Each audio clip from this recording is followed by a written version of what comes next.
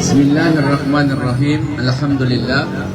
Wassalatu wassalamu ala rasulillah wa ala alihi wa sahbihi ajma'in. Rabbi israh li sadri wa yassir li amri wahlul 'uqdatam min lisani yafqahu qawli. Allahumma alimna ma yanfa'na wa anfa'na bima 'allamtana wa zidni ilma. Ang lahat ng papuri at pasasalamat, pagbabalik loob ay sadyang naukol lamang sa dakilang lumikha na lumikha sa ating lahat. Walang iba kundi ang Panginoong Allah, ang kataas-taasan ng pinakadakila. Nawa ang kanyang pagpapala, kapayapaan at habag ay mapasa kanyang huling propeta na si Muhammad sallallahu alaihi wasallam at sa lahat ng mga taong nagnanais tumaha at tatahak pa lamang sa matuwid na landas hanggang sa huling araw. Mga ginigilaw na mga magulang, mga kapatid, mga kababayan, kami po ngayon ay nagbabahagi lamang po sa inyo ng mga kaalaman hinggil po sa Islam na ang tanging hangarin ay ang kaligtasan ng bawat isa sa atin dito. Sapagkat ang buhay sa mundo ay panandalian lamang, kaya nararapat nating paghahandaan ang kabilang buhay. Ang kabilang buhay ay mas mainam kaysa sa mundo. Dahil ang mundo na ito may hangganan. Lahat tayo magwawakas sa mundong ibabaw at hindi natin madadala ang anumang ating pinaghirapang kayamanan dito sa mundo. Kaya mas higit nating paghahandaan sa turo ng Islam ang kabilang buhay. Dahil ang buhay na walang hanggan ay nandoon sa kabilang buhay.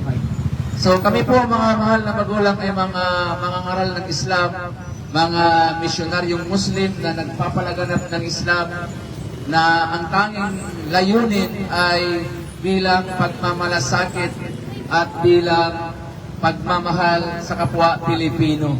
Sapagkat kami rin po ay mga dati pong mga Kristiyano na ginabayan ng dakilang nagapaglikha at nagiging isang Muslim. O po ay isang dating Katoliko, sakristan, choir sa simbahan, ng matagal na panahon na hindi ko hinangad sa sarili ko na magiging Muslim pala ako.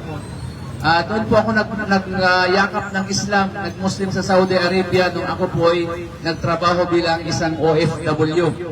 At bilang Muslim, tungkulin po namin na nakaatang sa aming balikat ang tungkulin na kailangan namin ipahayag sa inyo ang anuman ang mensahe na meron sa pananampalatayang Islam na walang pamimilit. Wala pong sapilitan patungkol sa relihiyon. La ikraha fid din. Walang sapilitan pagdating sa relihiyon. Kad tabayan rusdu minal ghay. Dahil ang katotohanan ay napakaliwanag at ang kamalian ay napakaliwanag din. At binigyan tayo ng dalawang daanan ng Panginoong Diyos, wahadaynahu najdain.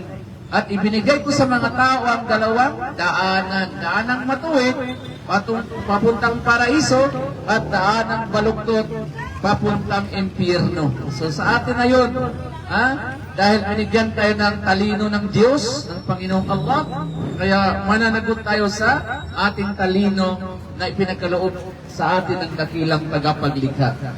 So ako pala si Brother Abdul Qadir, ang aking pangalan dati ay Renato, nung ako pa'y Katoliko, at ako rin po ay taga dito sa Marikina, sa taga Tumana, at meron din po tayong masjid or mosque doon sa Silangan, sa San Mateo.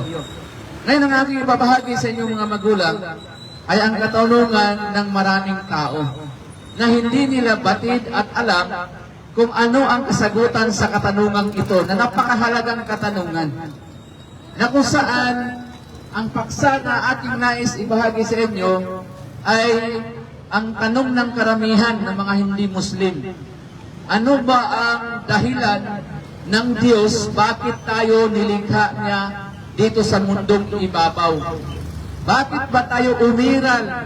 Tayong mga tao, bakit tayo nandito sa mundo? Ano ang dahilan? Ano ang purpose ng Diyos? Bakit tayo narito? Upang mamuhay sa mundo. Marami sa mga tao ang hindi batid at alam kung ano ang dahilan ng Diyos bakit tayo nilikha dito sa mundo. May iilan kapag tinatanong natin, Ano ang dahilan? Ano ang purpose ng Diyos? Bakit ka nilikha? Minsan may mga tao nagsasabi, lalo mga hindi Muslim, dito tayo sa mundo upang magparami, magtrabaho, mag-asawa, magkaanak, maglikom ng kayamanan, magpagawa ng malaking bahay, bibili ng sasakyan, at hanggang abutan na lamang ng kamatayan. Hindi natin batid kung ano ang layunin ng Diyos. Kasi kung hindi natin alam ang layunin ng Diyos, bakit tayo nilikha dito sa mundo, baka abutan tayo ng kamatayan na hindi natin malaman ang dahilan. At yun po ang nakakalungkot at nakakaawa na abutan ang tao ng kamatayan na hindi niya alam kung ano ang purpose ng buhay. Kaya nandito kami bilang mga Muslim upang ipahayag sa inyo mga magulang, mga kaibigan, ang purpose ng Diyos. Bakit tayo umiral? Bakit tayo nandito sa mundo? Kaya ating itong bigyan ng pagpapahayag at malinaw na mensahe. Pero bago ang lahat, meron po tayong mga libreng babasahin dito. Walang bayad, Tagalog po ito mga magulang. Kumuha po kayo, walang bayad, ha? Magbasa-basa po tayo. Dahil inutos ni Jesus, sabi sa Biblia, hanapin daw ang katotohanan, ika ni Jesus, dahil ang katotohanan, siyang magpapalaya sa atin.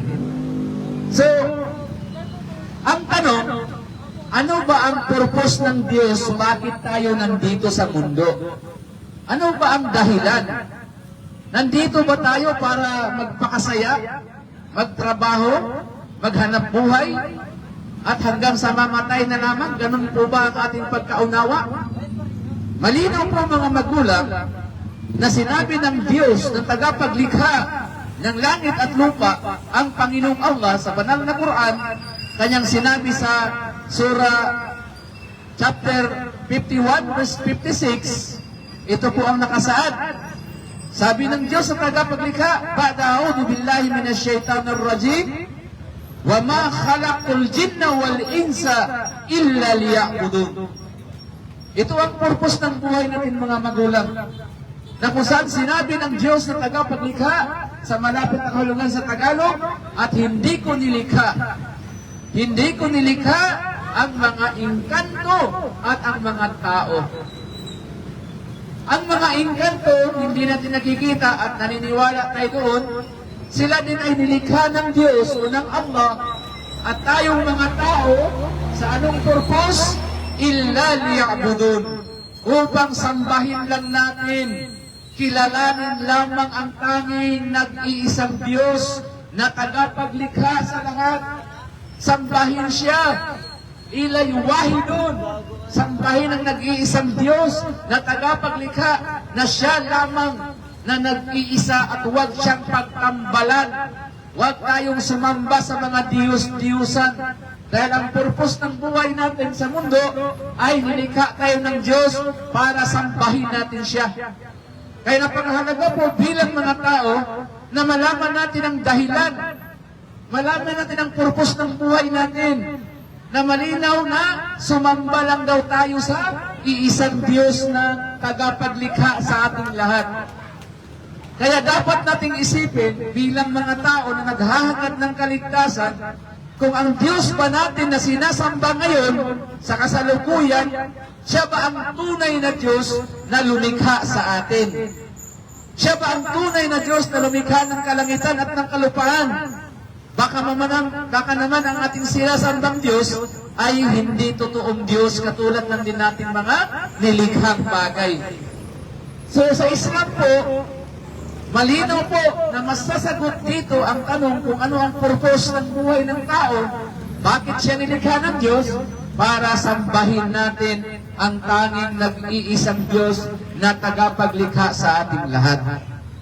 Kaya sa pananampalatayang Islam mga magulang, dito sa loob ng pananampalatayang Islam, napakahalaga po na malaman kung sino ang tunay na Diyos. Dahil tayong mga Pilipino, tayo ay palasamba. Madasalin ang mga Pilipino at makadiyos.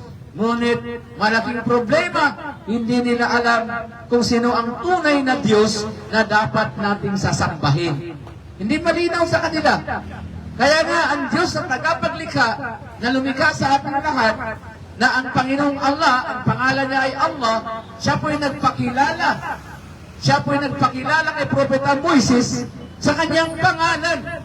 Na kung saan mabasa natin sa banal na Quran, sinabi ng dakilang tagapaglikha, na kanyang sinabi kay Moises, Innani ana Allah, la ilaha illa ana, fa'budni wa aqimi salata li dhikri. Ibig sabihin mga magulang, ang Diyos na tagapaglikha na lumikha sa atin, siya ay nagpakilala sa kanyang sarili, sa kanyang pangalan, na kung saan ay sinabi niya kay Moises, katotohanan. Katotohanan, ako si Allah. Wala ng Diyos, wala ng Panginoon pa na marapat sambahin, kundi ako lamang na tagapaglikha sa lahat.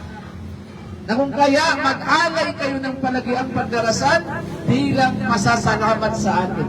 Yan po ang sinabi ng Diyos, mga magulang. Yan ang sinabi ng dakilang tagapaglikha sa atin. Kaya sa turo ng pananampalatayang Islam, pinakamataas ng aral ng Islam, mga magulang, ay sambahin natin ng tunay na pagsamba na para lamang sa Kanya, sa nag-iisang Diyos, ang tagapaglikha, ang Panginoong Allah. Siya lang po ang karapat-dapat sambahin, wala nang iba pa. Kung sino ang naglikha sa atin na Diyos, yun po ang ating sasambahin. Kung sino ang Diyos na sinamba ng mga propeta, sa panahon ni Jesucristo, meron siyang sinambang Diyos. Si Jesucristo sa panahon niya hindi nag-claim na sambahin ang kanyang sarili. Bagko sa panahon ni Jesucristo, nagdarasal siya. Nananalangin si Jesus sa nag-iisang Diyos. Ayon kay Jesus, mamabasa sa Mateo, sabi ni Jesus, Ili, lama sabaktani. Ang ibig sabihin doon sa Tagalog, dahil yan ay wikang Aramaic, at ang lingwahe ni Jesus ay Aramaic sa kanyang panahon, kanyang sinabi, Diyos ko, bakit mo ako pinabayaan? Di ba tayo magtaka mga magulang? Kung si Jesus ay Diyos, bakit siya nagdarasal? Bakit siya tumatawag sa Diyos? Ilan mo ba ang Diyos? Di ba ay isa na? So patunay na si Jesucristo, mayroong kinikilalang Diyos na makapangyarihan sa lahat, at yun po ang Panginoong Allah. Kaya yung Allah, mga magulang na inyong naririnig, hindi lang siya Diyos naming mga Muslim. Siya po ay Diyos nating lahat. Siya po ang nagpahiran ng ating mga buhay. Pag namatay tayo, papalik tayo sa Kanya, sa Allah. Kaya po nararapat po, kung sino ang Diyos na sinamba ni Jesus na tinawag niyang Ili, or Diyos, yun po ang sasambahin natin. Dahil ang salitang Ili, Aramaic, yan po ay kapatid na lingwahe ng Arabic, na kung saan ang Diyos, ang tagapaglikha ay Allah. So yung Allah at Ili, iisa lang po yung mga magulang. Siya po ang the ultimate creator na naglikha ng lahat. Si Allah naglikha ng langit, ng lupa, sa ating lahat. Allahul ladzi khalaqas samawati wal ard wa bainahuma. Siya po si Allah, ang tunay na Diyos, tunay na Panginoon, na lumalang ng kalangitan at ng kalupaan, ng lahat ng sangkatauhan. Siya po ang tunay na Diyos na sinamba ni Jesus, ni Moises, ni Abraham. Kaya po mga magulang, sa pananampalatayang Islam, malinaw po na anuman ang sinasamba natin ng mga tao, maliban pa sa Allah, yan po ay huwad. Yan po ay piki.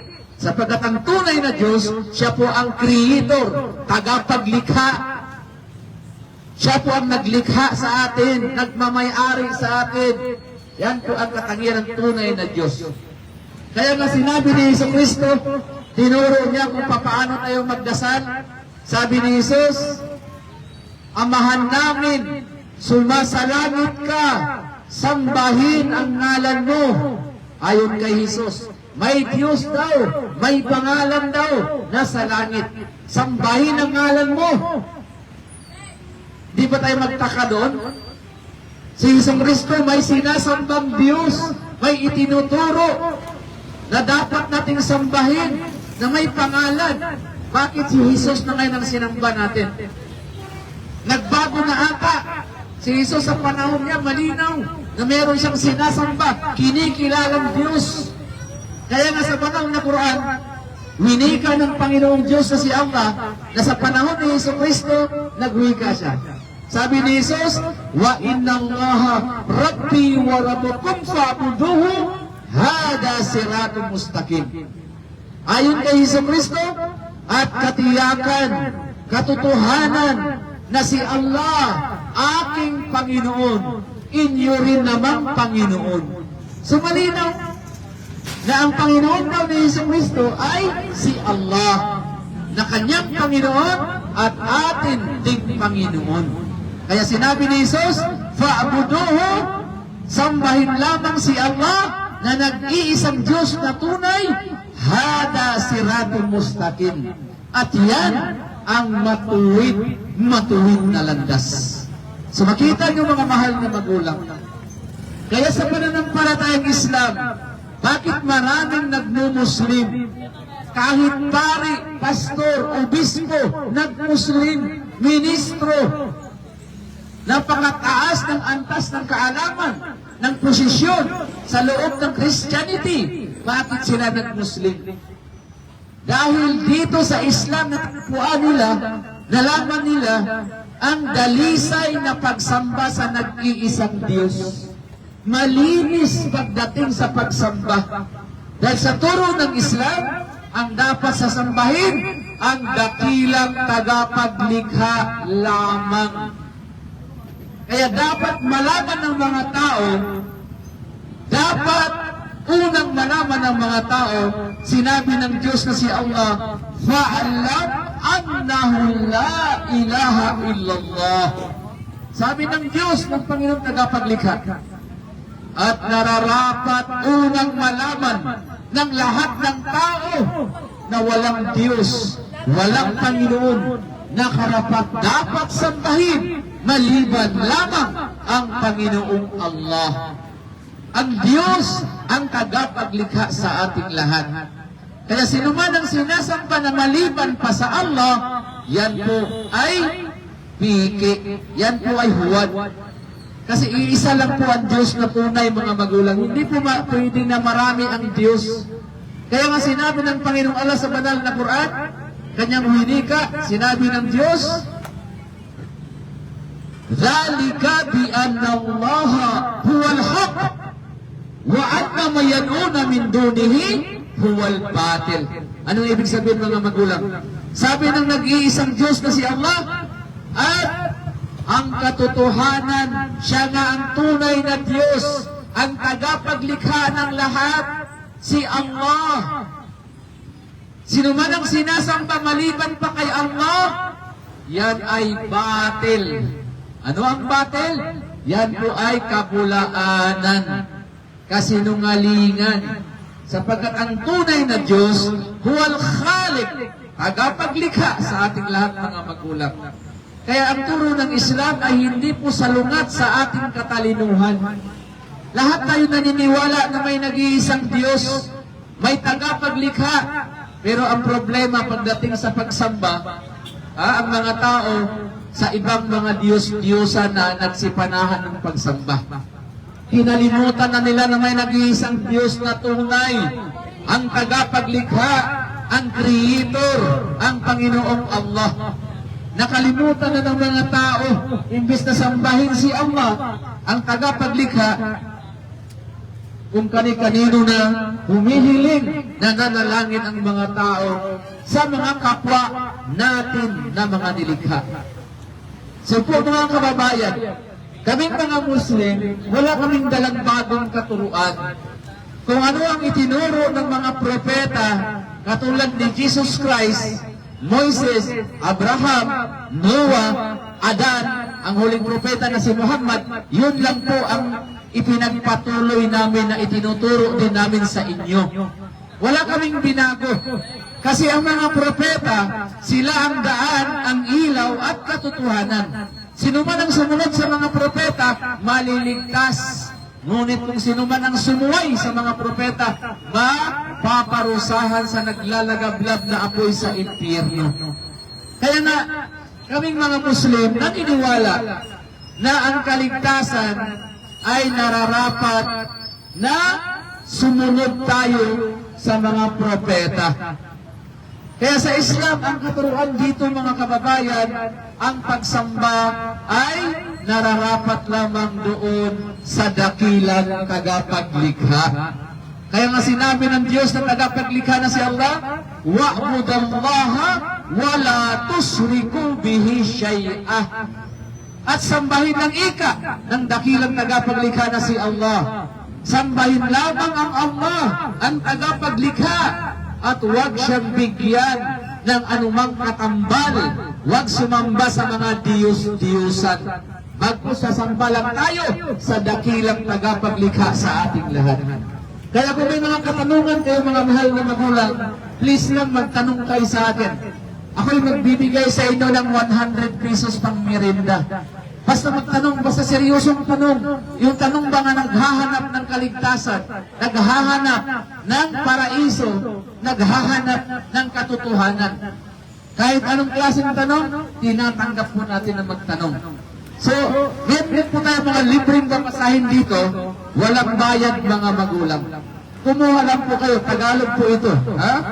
Walang bayad. Dahil kami mga Muslim kapag nangangaral, ay hindi po kami nanguhihingi sa mga tao ng love offering or donasyon. Pinagbabawal po sa amin yan. Kami lamang ay magbabahagi sa inyo ng kaalaman at kapag kayo'y magtanong, kami pa po ang magbibigay sa inyo ng regalo. Ha? Ito'y pananampalataya na napakagaan. Libreng pananampalataya at libre ang kaligtasan. Walang binabayaran. Napakadali po ang pagyakap sa Islam ng magulang. Baka meron sa inyo dyan na gusto ng mag-Muslim, ngunit nahihiya lamang o nahihirapan baka kung ano-anong gagawin. Wala pong lubluban dito mga magulang kapag nag-Muslim tayo. Wala rin wisik-wisik, walang pakimkim kapag nag-Muslim, walang ninong, walang ninang, walang maraming seremonya at higit sa lahat, walang binabayarang pera. Bagkus ang pagmumuslim ay ang taos-pusong pagbabalik loob sa dakilang tagapaglikha. Na tayo ay bumalik lamang sa tunay na Diyos, siya lamang ang ating sasambahin at iwaksi, kaligdan ang pagsamba sa mga Diyos-Diyusan, sa mga nilikhang bagay na katulad natin. So yun po mga magulang. Kaya ang pinakamataas na turo ng Islam ay ang sambahin lang natin ang nag-iisang Allah na tagapaglikha at huwag siyang pagtambalan na ng anumang uri ng pagsamba. Ito ang purpose kung bakit isinugo ang mga propeta ng Diyos magmula kay Adan, kay Noah, kay Abraham, kay Ismail, kay Isaac, kay Jacob, hanggang kay Moises, kay Solomon, kay David, kay Jesus Christ na mga propetang ito, at si Muhammad. Sabi ng Allah, walakad ba'asna fi kulli ummatin rasulan an ya'budullaha wajtanibut tagut. Sabi ng Diyos na si Allah, at katotohanan isinugo ko, pinadala ko ang mga propeta sa magkaibang lugar at panahon at nasyon para ipapatid sa mga tao na sambahin lamang ang tanging nag-iisang Diyos, nag-iisang Panginoon na tagapaglikha, ang Panginoong Allah. Yun po. Yun ang purpose. Yun ang itinuro, ipinangaral ng lahat ng mga propeta. Sumamba tayo sa nag-iisang tunay na Diyos, ang Allah. At pangalawa, wajtanibut tagut. At lumayo tayo, umiwas tayo sa pagsamba sa mga nilikhang bagay na katulad natin. Ang nilikha ay hindi po nararapat sambahin. Kaya kapag sumamba ka sa tao, sa propeta, sa anghel, sa espiritu, sa kahoy, sa bato, yan ay mga nilikha katulad natin, hindi yan nararapat sambahin mga kaibigan. Kaya sabi ng mga propeta, lumayo kayo dyan. lumayo kayo dyan sa pagsamba sa mga nilikhang bagay. At magbalik loob kayo sa pagsamba sa tunay na Diyos na ating tagapaglikha, sa Panginoong Allah. So yun po mga magulang. Dahil ang karumal-dumal na kasalanan, mga magulang, na hindi kayang patawarin ng Diyos, ng Panginoong Allah, ay ang kasalanang magtambal tayo sa pagsamba sa Kanya. Yung meron pa tayong ibang kilalaning Diyos na sasambahin, meron pa tayong dinadalaginan na katulad nating nilikha. Kapag ang taong namatay sa ganung katayuan, wala na siyang kaligtasan sa kabilang buhay. Yan po ang kasalanan.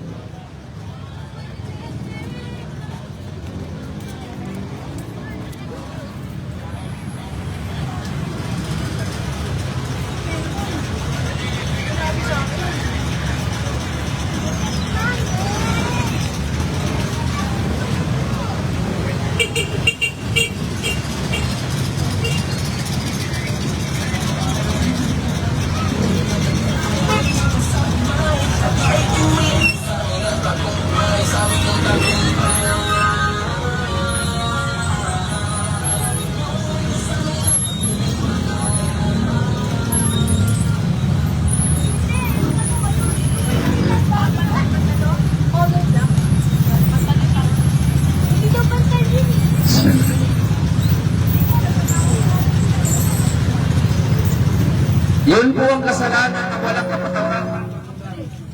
Sapagkat ang kasalanan na pinakamalubha na hindi mapapatawad ng Diyos, ang Allah ay ang magtambal tayo sa pagsamba sa Kanya. Maraming uri ng kasalanan, mga magulang, malalaki. Katulad ng kasalanang pagpatay,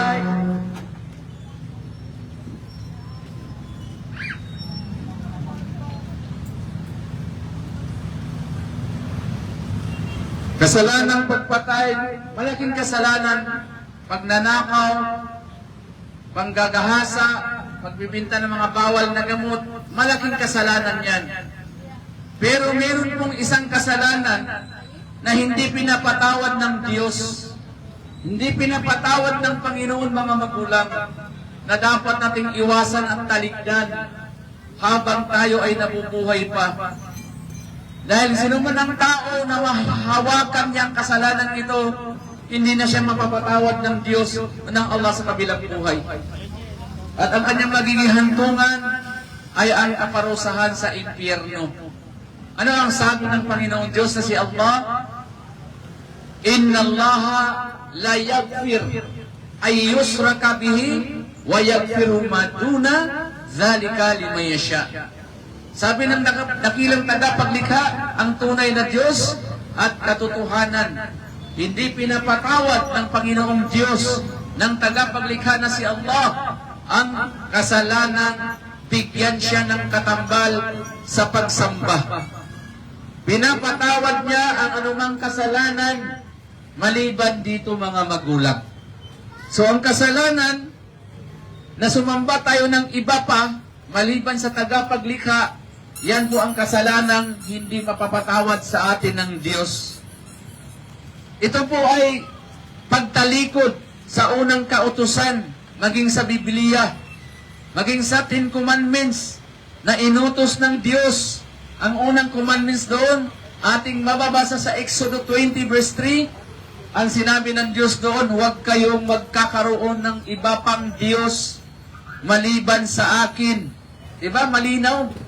Huwag na tayong magkaroon at gumawa pa ng ibang Diyos sa harap niya.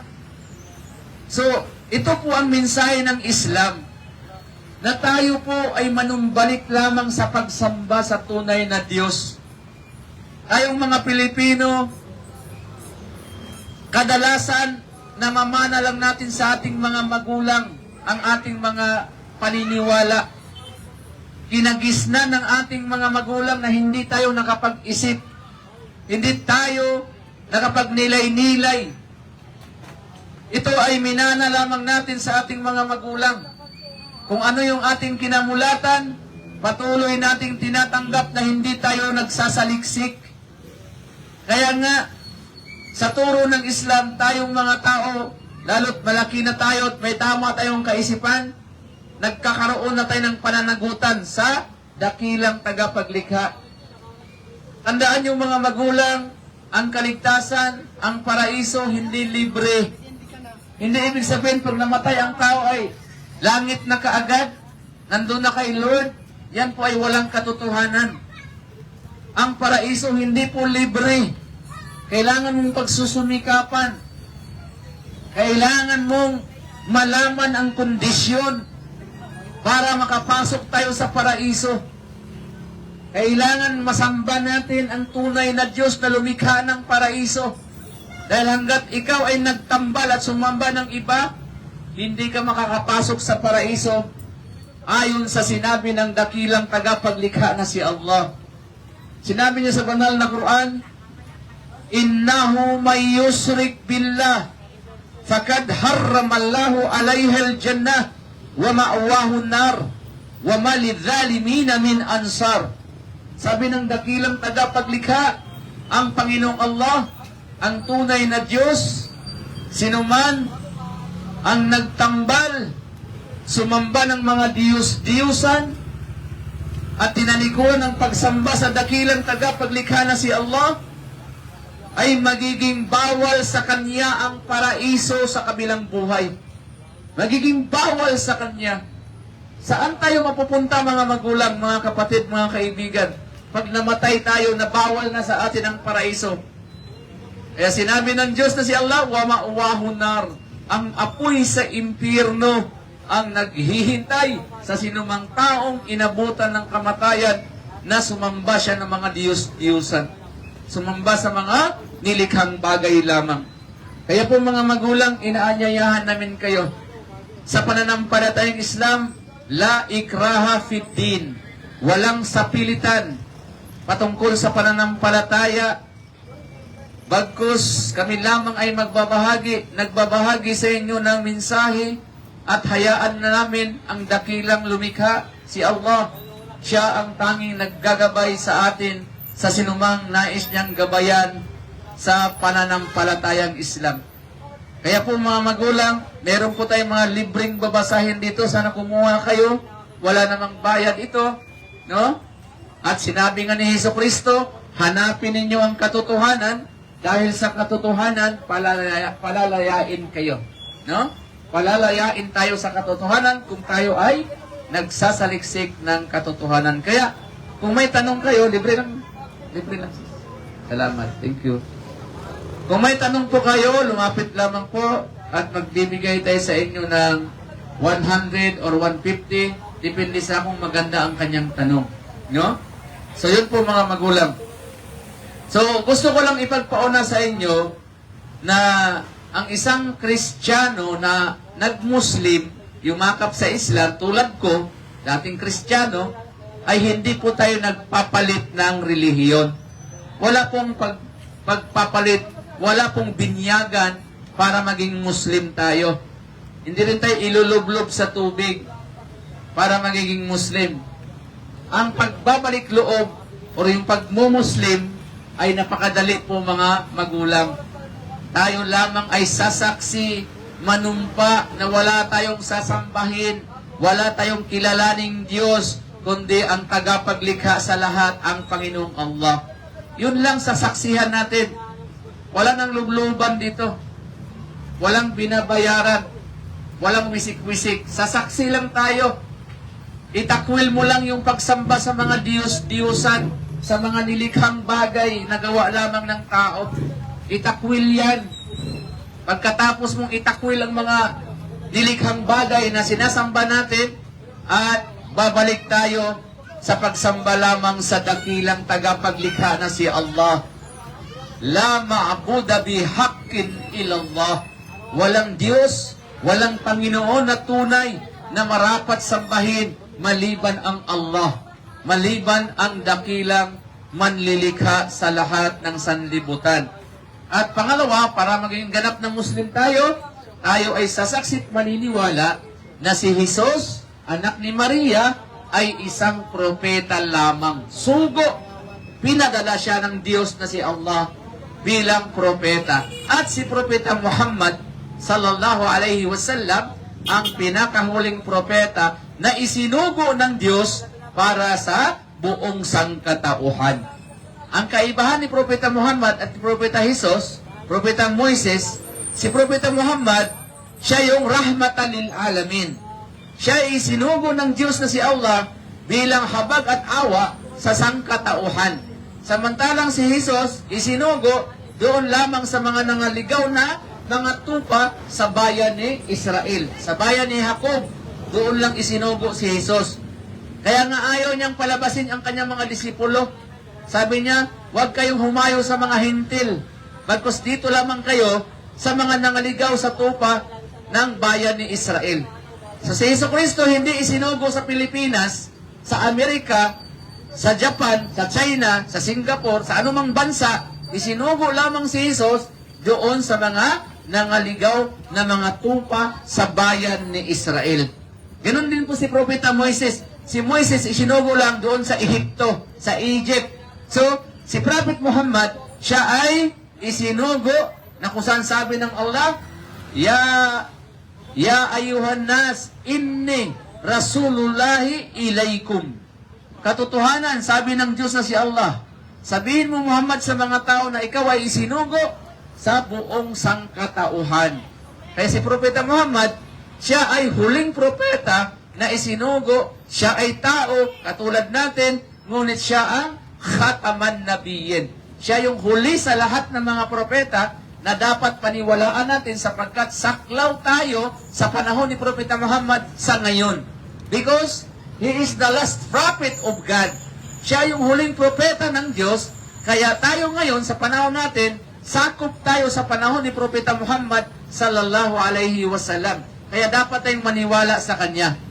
Kasi sa Biblia, hindi natin mababasa ang pangalang Muhammad kasi binago na ng mga taong manunulat. Pero kung ating balikan ang original na nakasulat na Hebreo sa Biblia, sa sa Songs of Solomon, mababasa natin ang Muhammadin doon.